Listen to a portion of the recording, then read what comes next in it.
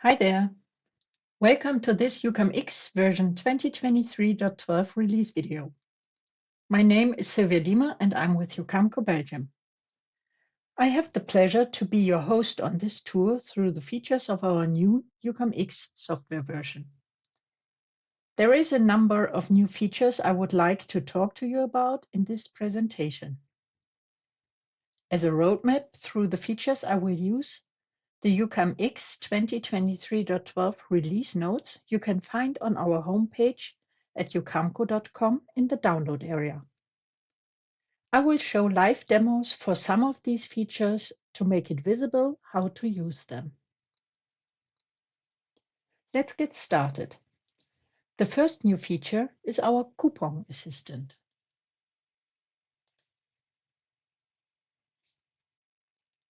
With this feature, you can add new coupons or move, copy, or delete existing coupons in already penalized data. This gives you the possibility to work more efficiently by reducing the need to repenalize jobs. I switch to UCam now to show in more detail. This data already contains some coupons. In the main menu with Tools, Panel, Coupon Assistant, you can open the GUI of the new feature, and with Select all coupons in this data set will be selected. You can reset the selections, and you can select by a window. That means every coupon is selected. You draw a window, and everything outside this window will be deselected. So only what you want to have is selected. Selections always take place on all layers which contain these coupons. If you want to pick a specific coupon, you can click on Pick on the coupon you want to have, and everything on every layer where the coupon is contained is selected. Now copy it. The directions are both horizontal or vertical, and I can take it and place it wherever I want to have it. I can move it the same way, and I, of course, can delete it. The other possibility is to get a new coupon in there. You can use the sets you already have for the Panel Plus. You can take one of the coupons from the set, and with Insert New Coupon, the window will show you the outline of the jobs, and to make it more visible, you can open the layer and see directly where you place it. If you try to place it on a job, it will give you a warning. If you try to place it on another coupon, the same happens. Only on a free area you can place it and you directly see where it is. I think that is all for this nice new feature, and we switch to the next topic on the list, and that will be the Drill Tool Manager. Our Drill Tool Manager got new functionality to reduce manual handling and prevent switches between different GUIs. The new option slot can be used to change the slot length independent from the diameter. And you can lock tools from being calculated. That means you can use different plating types for different apertures, and that directly in Drill Tool Manager. In case a diameter has different tolerances, the grouping is prevented and a message states the situation. Last but not least, the customer diameter can be changed in Drill Tool Manager without switching to the aperture table. How that looks live, I will show in UCam. In this job, I have two layers for plated and non-plated drills and even some slots. If I now open the Drill Tool Manager and load the data, I normally would use some plating type and calculate that. So the diameters would be calculated. If I now want to change the diameters based on a different plating type, and I don't want to change, for example, the slots, I can lock them, can use a different plating type and recalculate. I get my new diameters in here, but the slots are unchanged.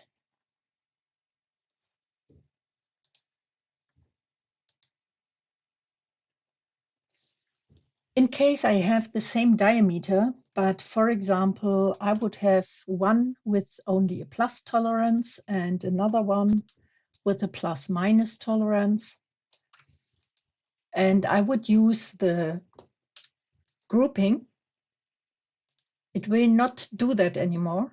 It will give out a warning, group not possible on all apertures, see message window, and in the message window I get exactly the reason why the group is not possible. It is based on the plus minus tolerance because it is not identical.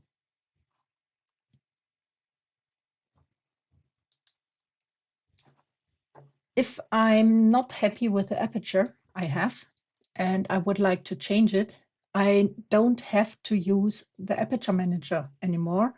I directly can go in here, change the diameter, and directly the diameter is changed in here too.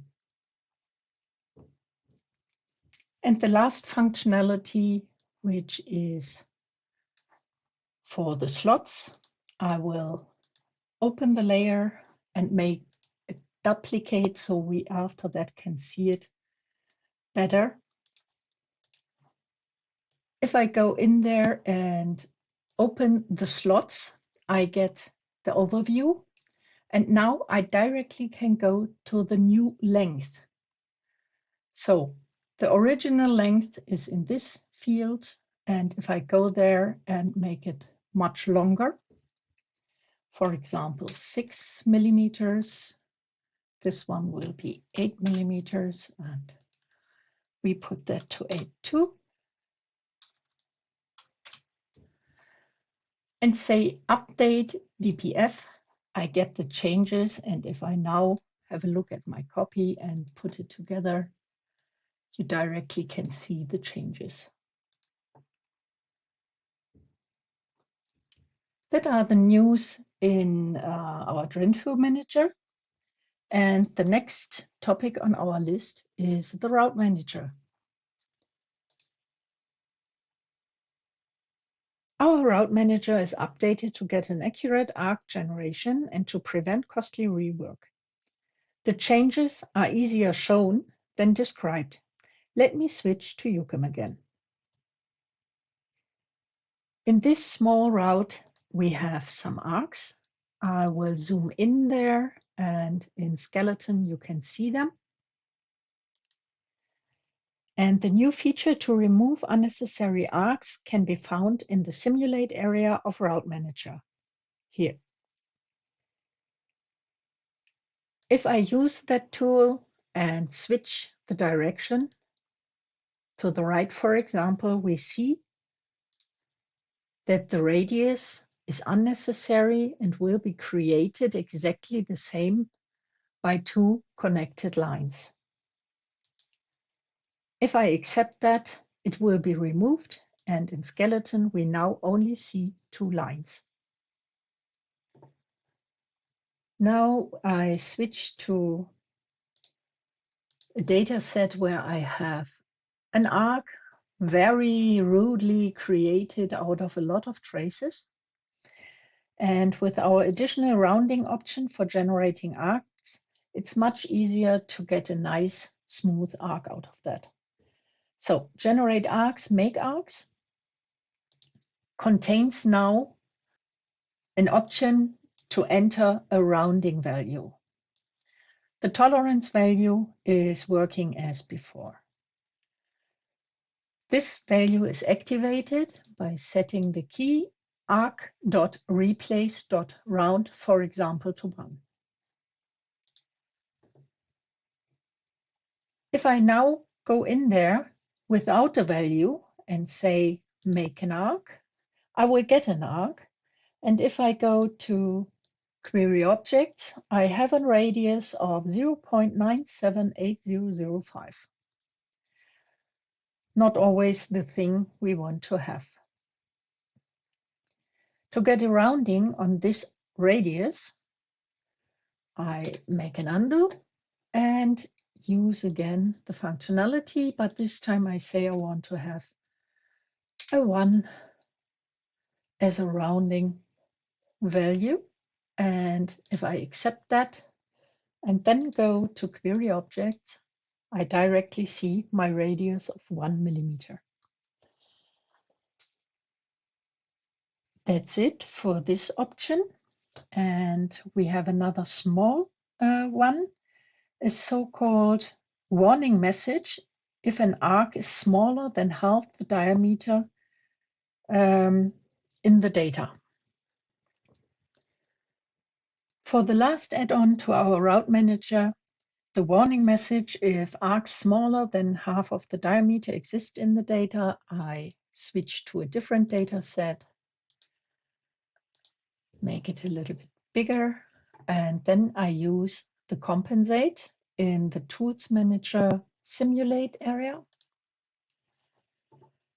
And if I go here and use 0, means half of the tool diameter will be compensated, and I switch to left and right, I see that in this case here, the arc would be unnecessary.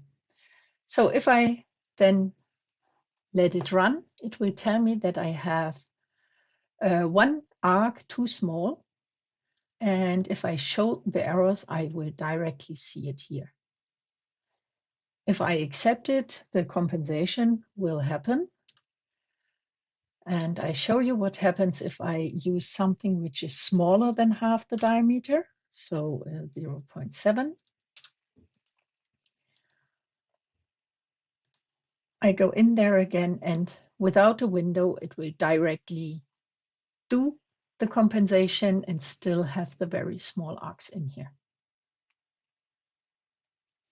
That's it for the Rout Manager. And the next one on the list is our Job Editor extension.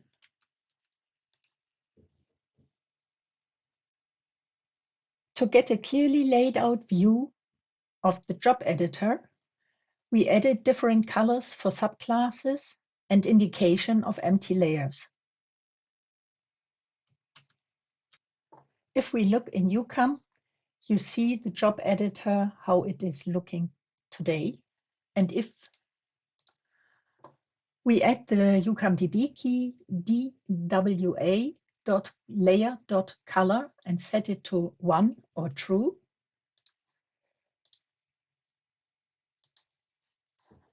we directly can see that we have now the silk layers in a light blue, the masks in green, and the outer in a yellowish color. On top of that, if we now look, for example, for these two layers and have the toggle in front, if we delete the data completely, it will be X'd out. That is marking up directly that there is no content on this layer. Our next topic is the Schmoll MDI output.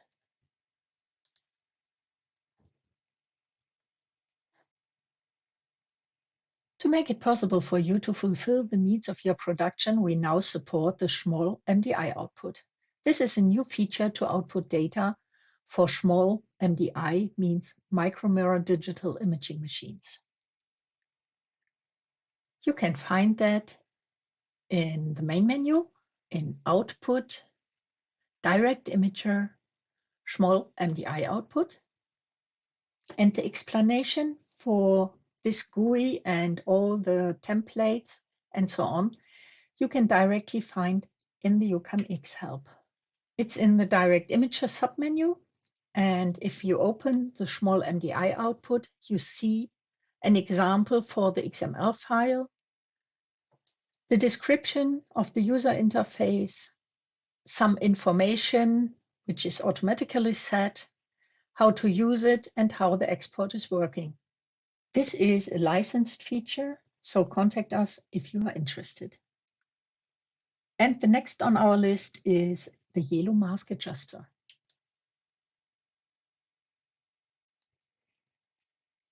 And again, we extended our Yelo mask adjuster.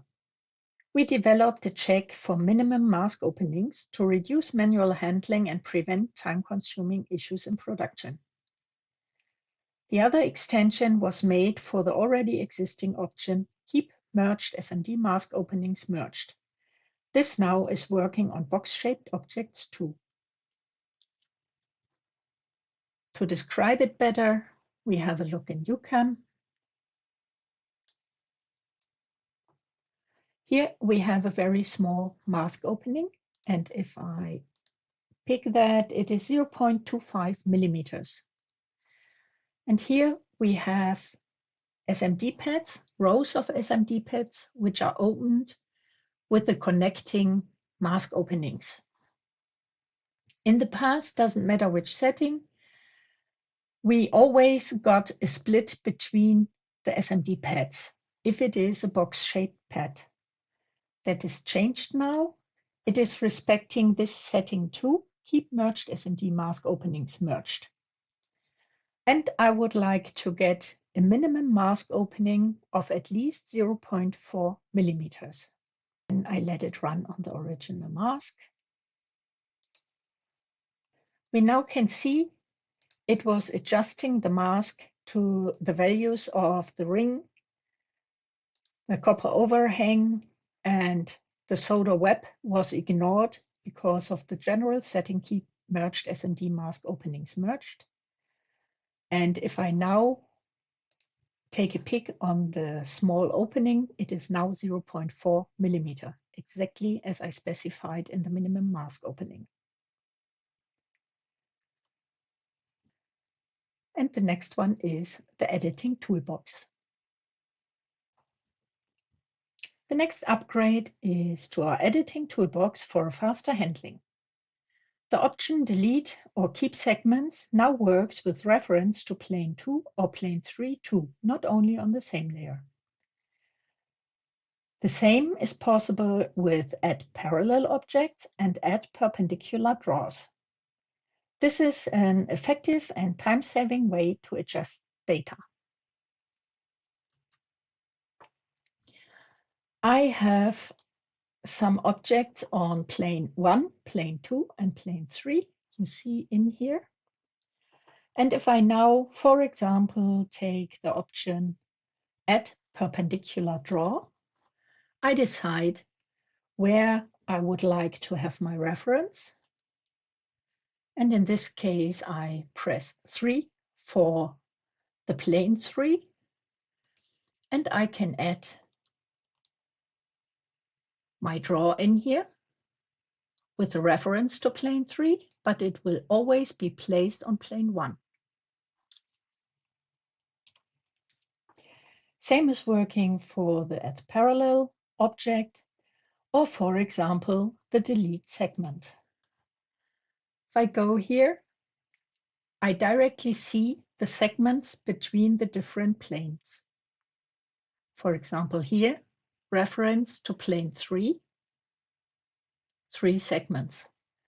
Or here, the reference to 2 and 3, to 3, to 2, and to 2. If I now go there and delete that, it's easy to see. The same is with Keep segment, delete the rest of the object. If I go here again, I see what's available. And if I delete that, everything of this object will be deleted except for what I selected. I think that is quite clear, and we can switch to the next object of the list. That is the recently opened jobs.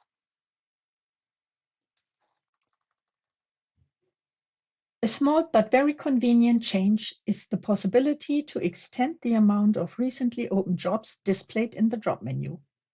A much faster switch between jobs is possible now, which is important for people who are very often switch between jobs over the day.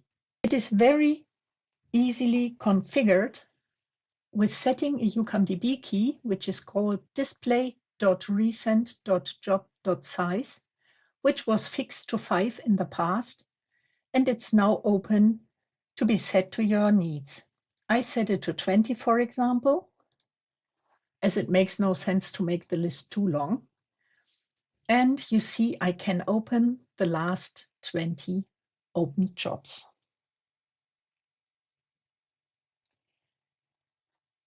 We are already at the end of this tour of new features, and I hope it was interesting for you. As always, the new version contains a host of fixes you have cared to report. Please keep on doing so. Your feedback is highly appreciated. You can open the list of fixes directly here with the link.